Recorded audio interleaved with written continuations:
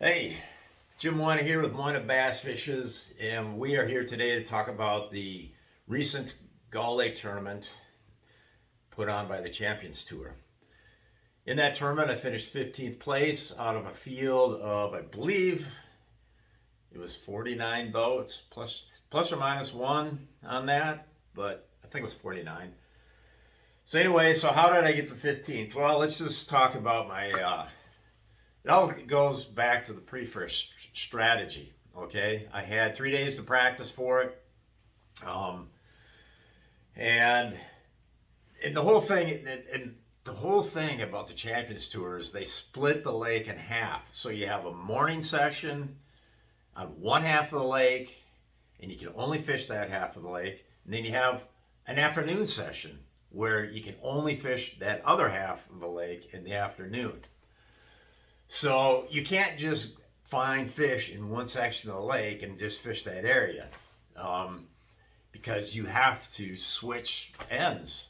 It's part of the game. So you have to find fish in all different sections of the lake. So with Gull Lake, I kind of set up my pre-fish strategy and practice strategy based on the idea of how they're going to split this lake.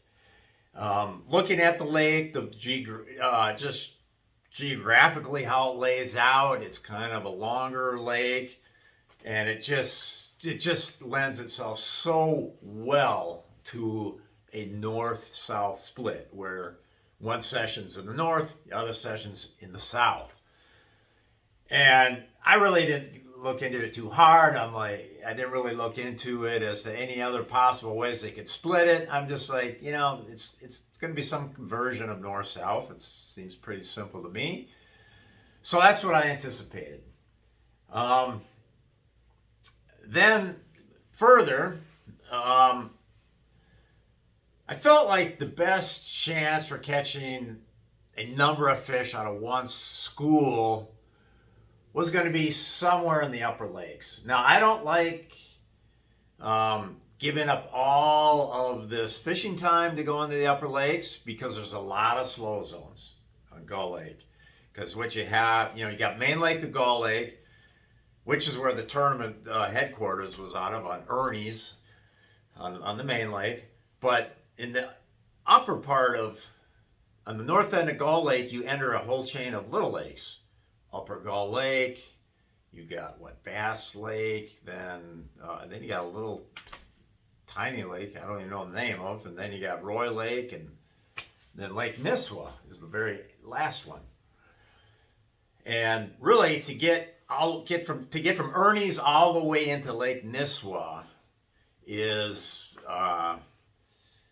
like 35 to 40 minutes of travel time, which, if you have in each of these sessions, the morning session and the afternoon session, it's a 4-hour session. So to me, I'm thinking, I am going to these upper lakes in practice to see if I can find like a mega school, like a school of fish where you sit down in one spot and you catch like 20 fish right there in an hour.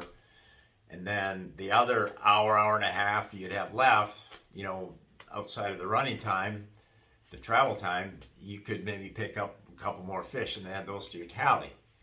So that was the whole idea of practicing in the upper little lakes, which I did. I gave that I give that a good day's effort.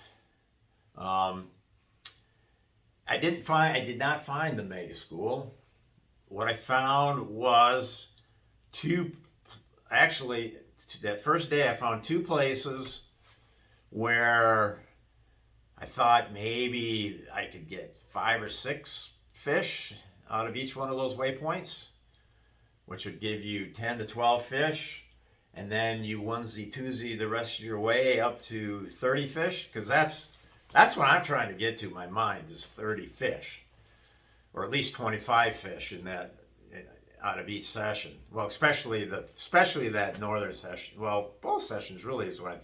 So, anyways, let's just move on. So then the next day, I'm going to be fishing the main lake a lot, and also some of the southern, very southern part of the chain, which is Wilson Bay, Steamboat Bay. So on the main lake, um, what I find is I'm not getting near as many bites, but I'm getting really quality bites, quality, and I mean, in fact, I found one spot where I had five, probably like five, I think it was five really good bites. Two I put in the boat, the other I shook off. Um, but I saw one of the other ones, so three of them were all good ones, and then the other two I didn't really see, but they were good bite. I mean, they were fish, quality fish, like 3.5, 4 pound fish, all of them. So that was kind of nice. I like that. I also found a weed line on the main lake where I had like 6 or 7 bites. It took me like an hour and a half to accumulate these 6 or 7 bites, but they were all 3 to 3.75 pound fish. So nice quality fish. But I wasn't catching, I mean, I did not have a whole ton of fish, really. I spent a lot of time, and it just, the bites were, outside of that one little area, the bites were kind of slow. Even on that one weed line, they were kind of slow. But put the time in, you got some decent fish. But then when I went into Wilson's and Steamboat Bays, my bite numbers jumped again, but I was on the small fish. They were scoreable fish because in this Champions Tour tournament, you're looking at, it's just like the Major League Fishing's Bass Pro Tour. You have we get a marshal in our boat. I catch a fish, marshal weighs it, records it, fish is released right where I caught it. There's no official live weighing at the end of the tournament, just an award ceremony. So 1 pound, a 1 pound 0 ounce fish is considered a scoreable bass in this tournament. And Wilson Steamboat Bay seems to have a higher numbers of those size fish than the main lake. And so my third day, I decide to, so basically after those first 2 days, I was really kind of favoring. Now, if I was to just fish for a 5 fish limit, hands down, I would not veer from the main lake. Even though I did catch over 4 pounder up in the little lakes when I practiced up there, I mean, that would be my strategy. But in this tournament where you're just trying to catch a bunch of scoreable fish, now I'm favoring Wilson Steamboat, and I'm favoring the upper little lakes. So for the last day of practice, I decide to spend time again on the main lake a little bit, and then go back into the upper lakes to reinforce what I have up there, to give me other options. Because I had, I had the 2 spots up there where I felt like I could get 2 little flurries, but I wanted more options. Maybe find the mega school still. So I went up there that last day, and the results I had were just kind of more the same. I did find, I found a couple little groups of fish. Don't know what size they were. I don't think they're monsters. I shook them all off. Well, I guess I caught one in the one spot, and that was like 1.5 pounds. But it was enough to really make me consider going to those little lakes on the northern half session. And if nothing else, I mean, I felt like I had enough. I had a little bit on the main lake. I had stuff in the northern lakes. I had stuff on the southern main lake too, and I had stuff in Wilson Steamboat. So I figured I had north-south covered pretty well. Well, then comes the tournament meeting, and that's when we find out the actual official lake split. Well, they went through a major curveball at the field. What they did was, the morning session was going to be, you could either go up in the little lakes and or fish Steamboat and Wilson, but no main lake fishing in the afternoon session or in the morning session, because the main lake was going to be the only place you could fish in the afternoon session. So I'm like, and so when they announced that, they still haven't done the boat draw. So now I'm hoping for on the boat draw. I'm hoping I want to be last, because that way I can sit there as we're waiting at Ernie's at takeoff. And with me being last, I can count the number of boats that go north. I can count the number of boats that go to Steamboat Wilson, and then make a decision. Because I felt like I could catch the same number of fish in either place. And at the same time, I was really scared about the afternoon session out on the main lake. So, anyways, the boat draw number comes, and I'm boat 29, which is almost in the middle. So then I'm like, okay, well, it's better than being boat 1, but at 29, I'm still not going to have a full picture of how many boats are going in which directions. But I do so comes morning takeoff, and I'm still not fully determined where I'm going to go, but I'm leaning towards the upper lakes, just because on those little places where I had those little flurries, I don't know totally how many fish are there, because after I caught a couple and then shook off the rest, you just don't know how many are there. Because when you start shaking them off and you pitch in there again, you don't know if it's the same fish grabbing your bait again or a different fish. But there was potential there. I felt like I had flurry potential up in the upper lake. So I was leaning that way. The boats start taking off, and I'm seeing way more guys going north than I anticipated. Way more. It was almost 50-50. I was thinking out of the field of 50 boats, I was thinking maybe 10 boats would go north, because you are giving up a lot of time, especially if you go all the way to Lake Nisswa. You are giving up a lot of time. And I felt like Steamboat Wilson was I was catching just as many fish there as I was in the upper lakes. The problem over there was I didn't have any flurry spot. I didn't have a place where I could sit down on a waypoint and catch multiple fish. It was all onesie twosies over there, but I felt like with a 4-hour session, I'm not having to give up any running time. I easily could catch just as many there as in the upper lakes, probably, unless if the upper lakes came through with a big flurry for me.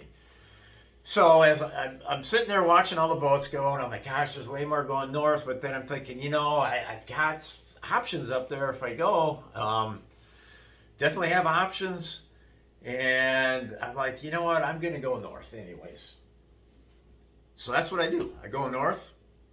I go all the way to Lake Nisswa. I pass by some of my spots in some of the other lakes, spots where I had multiple bites. I'm going all the way to Lake Nisswa with the intent of probably knowing that I'm probably only going to be able to fish in there, and that's it.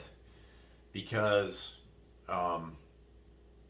it's amazing how quick the time goes, especially when you give up 35-40 minutes idling one way. You gotta get all the way there and then get all the way back. It's all dead time. So I go all the way up to Lake Nisswa, and I go right to where I had this one little flurry, and of course there's no flurry. There's no flurry at all. Oh, but as it turns out, up in Lake Nisswa, which is where I did spend the entire morning session, even though I had fish in Roy, I had fish down in Upper Gull, and so on. So I just figured I might as well because there were too many guys who went up there, up in those little lakes. So, and I decided, if I'm in Nisswa I'm just going to stay up here. I'm not going to go back through and then find guys on spots where I already want to fish. So I'll just stay up in Nisswa. There were other guys up there too, but I felt like I had the space to just stay up there and fish up there, which I did. So I stay up there, and it was just a game of I get one here, get one there. I think twice I got two in one spot without moving the boat. For a total of 15 fish in the morning session. I was a little disappointed with myself because there was one series of waypoints I never got to up in Lake Nisswa. Instead, I just chose to keep the boat. I just kind of kept just covering new water, and I just moved the boat right through a big area of dead zone from practice, and it was a dead zone again in the tournament. So I wish I could exchange that time to spend time on this little cluster of waypoints. Those waypoints are all onesies, but they were they were like 20 yards apart on this in this weed bed. So that was just one little mistake. I don't know, was it a mistake or not? I don't know. It's something I wish I would have done different. But anyways, and the way I was catching all those fish up there was on a drop shot. That's how I caught every one of those fish. Drop shotting a Billy Rub Baits Tricky D and a Billy Rub Baits Hot Shot. Those two baits of his. So now comes the afternoon session. First of all, I'm in sixth place after the morning session. I think I lost 2 fish in the morning session. So out of 17 bites, I got 15 in the boat. Can't argue too much about that. It wasn't perfect, but it's not crazy bad either. It's not, you can't even say that's bad. It's just, it's not optimal. So now comes the afternoon session, and now I'm very concerned that I'm not going to be able to generate nearly as many bites. I haven't even practiced the docks on the main lake. I like fishing the docks on the main lake, but I didn't. So it was kind of an unknown to me to what they were doing. So anyways, where I'm going to go is right to where I had that little cluster of big fish, right? I'm again, I'm middle of the pack going out in the afternoon session. I go to that waypoint, and there's a guy basically very close to my waypoint. We're basically fishing the same piece of structure, just slightly different waypoints. He's flipping a jig. He's fishing close into his boat, so I feel like I'm not encroaching on him. So I sit down and I start fishing the same piece of structure. It's not a situation where you got to sit here and cast there. It's you kind of move around a little bit, fishing the structure. And I see him catch one. Then after a while, I've got 2 from that spot, and he leaves. Then I leave.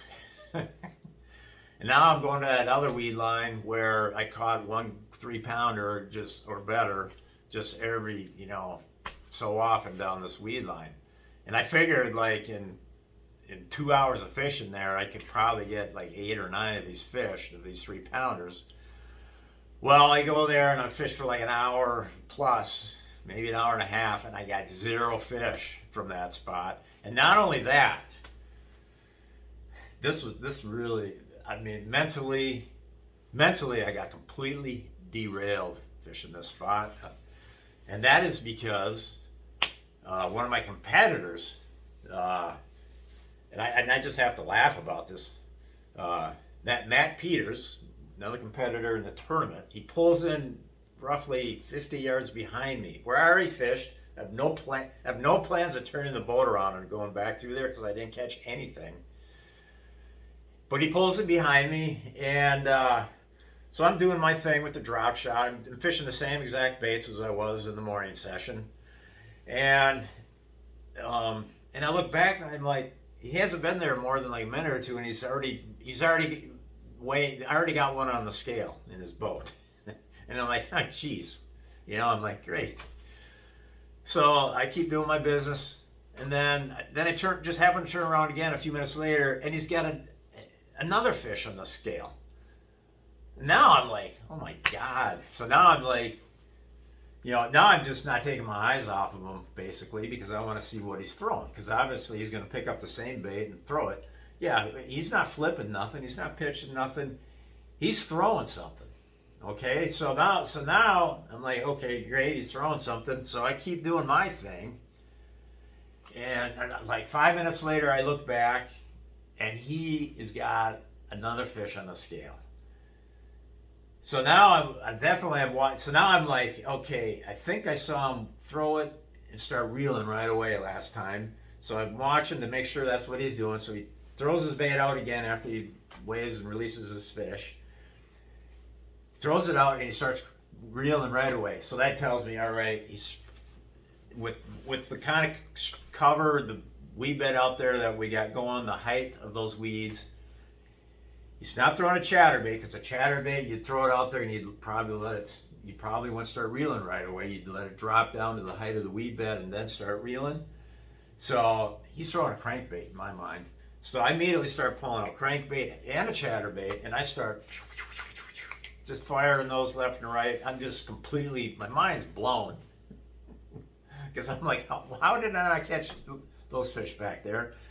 But see, I was keen on the very edge of the weeds, and he's throwing this bait way up over the top of the weeds. So apparently what happened is, in practice, those fish were on that edge. And apparently what happened is they moved up inside the weeds further, even though this is what kind of is the mystery to me. When I found those fish in practice, it was calm and completely sunny. The type of situation where typically I find the bass bury up in the cover. Now here in the tournament, when I can't catch them on that edge, it is heavy overcast. It's been overcast all day, basically, or kind of on and off, mostly overcast.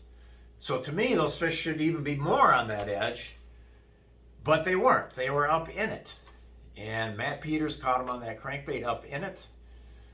And I was just throwing.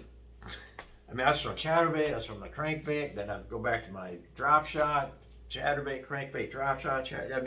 Just down this whole edge, and probably another 40 minutes goes by, and I still haven't caught anything. I really haven't. Every once in a while, I look back at Matt, see what's going on. I'm figuring that he's probably absolutely just lighting up. I didn't even bother asking my marshal, hey, what's Matt doing on the scorecard? Because I just assumed he was just blistering in the field at this point. But lo and behold, we'll get to that later. So anyways, let's just make the rest of this afternoon short. I probably got an hour and a half left, if that. And every move I make, this is not working. I did catch one little one on a spot I pulled up on from practice. It was 1.5 pounds. But then I decided to go do docks. So I'm like, in my mind, I'm like, okay, I haven't done docks at all, but I'm going to do like 12 docks. And out of these 12 docks, if I catch one, I'll keep doing them the rest of the afternoon. If I don't catch any, then I'll go back to the deep weed fishing. So I pull up to the shoreline, and there's a little point on the shoreline, and I fish these couple docks on this side of the point, then I roll around to the other side of the point, which I couldn't see from the other side. Well, there's a boat right in front of me going down the same dock line. So I'm like, great. And then I look down the shoreline farther, and there's like 2 more boats fishing the same docks coming this direction. So rather than go pick other docks, I just threw my hands up in the air and said, forget these docks. I'm going back out to the deep weeds. Plus, I didn't like all the just slimy nastiness I saw up shallow. Just a lot of heavy algae and slime, and just, I'm like, you know what, I don't know how good these docks are. I know there's always some fish on docks in Gull Lake, but I'm like, you know what, I'm just going to go back out on the deep weeds. And so where did I catch my? Oh yeah, so then I went out to a spot where practice, I caught like one fish. I went there, caught my fourth fish for the afternoon session. It was over 3 pounds. And then I revisited the spot I started on the afternoon, went to another place, and time was up. I had only 4 fish in the afternoon. And I never even asked what place I was in the whole time because I knew I was dropping. I figured I was down in the 20s by now, but lo and behold, somehow I held on enough. I didn't slide down far enough to where I finished the tournament in 15th place, the last spot in the money, honey. And where did Matt Peters finish? The guy who I assumed was absolutely blistering the field in the afternoon session with whatever crankbait he was throwing. Well, it just so happens those 3 fish I saw him catch were the only 3 that he caught. And for whatever, and I was not paying attention to him a lot of the time. Especially after he caught his 3rd one, I'm like, I'm not even going to look back there anymore. And so I just assumed he probably, I saw him catch 3 there. I assumed he probably caught a couple more, is what I was assuming. And then plus the other places he's fishing, I just assumed he blistered the crap out of the field in the afternoon. But to my surprise, I know he didn't have that great of a morning session, and to my surprise, I still finished ahead of him in the final standing. So apparently what happened to him, as he explained it to me, was when the sun came out, not long after I saw him catch those 3, and with the sun coming out, he feels as though that just killed his crankbait bite. And that makes sense, because when those fish are holding down on those weeds, they might come up a little higher in the weeds when it's overcast and be more willing to jump up out of the weeds and grab something running across the top of them. And then when that sun comes out, then they sink down into the shadows where it's a little darker and more shady down deeper in the weeds. So it kind of makes sense what Matt was saying about his bite. In my book, it's still a mystery to me why those fish were not out on that deep edge where I found them when it was sunny and calm. They were out there, and I could not get a bite there when it was overcast. I mean, that's a principle I hold pretty this time, especially in the summer in Minnesota. A lot of times I find those fish on the outer edge when it's overcast. And plus, I'm up at Lake Nisswa. They were out on that outer edge. So, whatever. 15th place. So, and let me just say something about that. When you're in a tournament, you see people catching fish on other baits and stuff. On one hand, you want to stay with what you know, but the other hand, you always got to keep an open mind. That's why I pulled my chatterbait out. That's why I pulled the crankbait of my own out. Because what I was doing was flat out not working on that weed line. And so to me, it's like, okay, it's not going to hurt to try these things. I know this guy over here's chunking and winding something, so I got to chunk and wind something.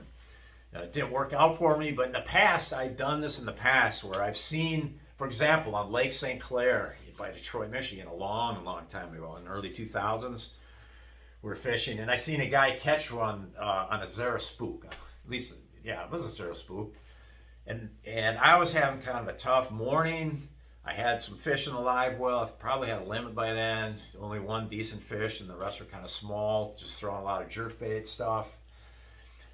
So I'm like, gosh, maybe I'll try a Zara spook. So I actually took a Zara spook out of my box, tied it on, and I had the biggest bag of fish of the whole field that day. So unfortunately, the previous day I was like near the bottom of the field. So anyways, but salvaged that tournament. But so it's you got to pay attention to what other guys are doing for sure, and but it's just hard to, man, it's just hard to be in a situation where mentally it's tough when you're around other fishermen and they're catching fish and you're not. That is just brutal. That is brutal in tournament fishing. Now, you can be on the flip side of that, which I've been on the flip side of that, where I'm the guy catching the fish and the others around me are not. So it goes both ways on that deal. and when you're the guy catching them, then everybody's staring at you. So anyhow, what else do we got to say? Yeah, like I said, the drop shot was king at Gull Lake for me. And even in Wilson and Steamboat, when I was fishing in there in practice, that's what I was doing. I wish I had tried some more docks, or any docks really, just to have a better feel for that, because that would have been that could have been my fallback to maybe pick up a few more fish in the afternoon session instead of finishing 15th right on the bubble. I mean, just with less than a pound of falling out of the money.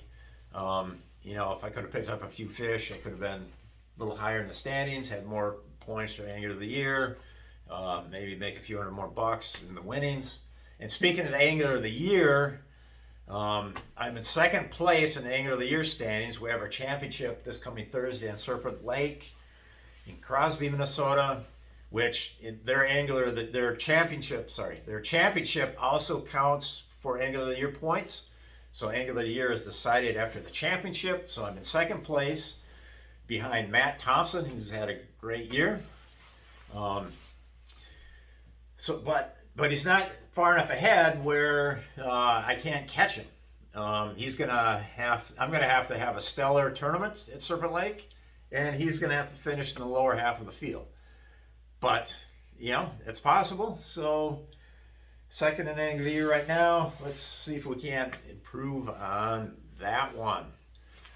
So that's it for this recap of Gull Lake. Normally I have all my baits and everything with me in my boat, but my boat, when I was out at Lake Champlain, the wrap on the boat took a bad beating. One of the days when I was running back to weigh-in, it was just a lot of wind, a lot of waves, and I got back, and on both sides of my boat there were patches like 3 and 4 feet long, patches of wrap just gone. So I've been running around with the beat up looking wrap for a few weeks, but now I'm back in Minnesota. My boat is at the wrap place right now called Remix Wraps in Apple Valley. I really like dealing with this guy. He's just a nice guy. He's got a nice place. He's like his work as well. So anyways, yeah. And I still don't understand why that wrap did that. I've had it for a year and a half now, and I've been in other big water, so I don't know why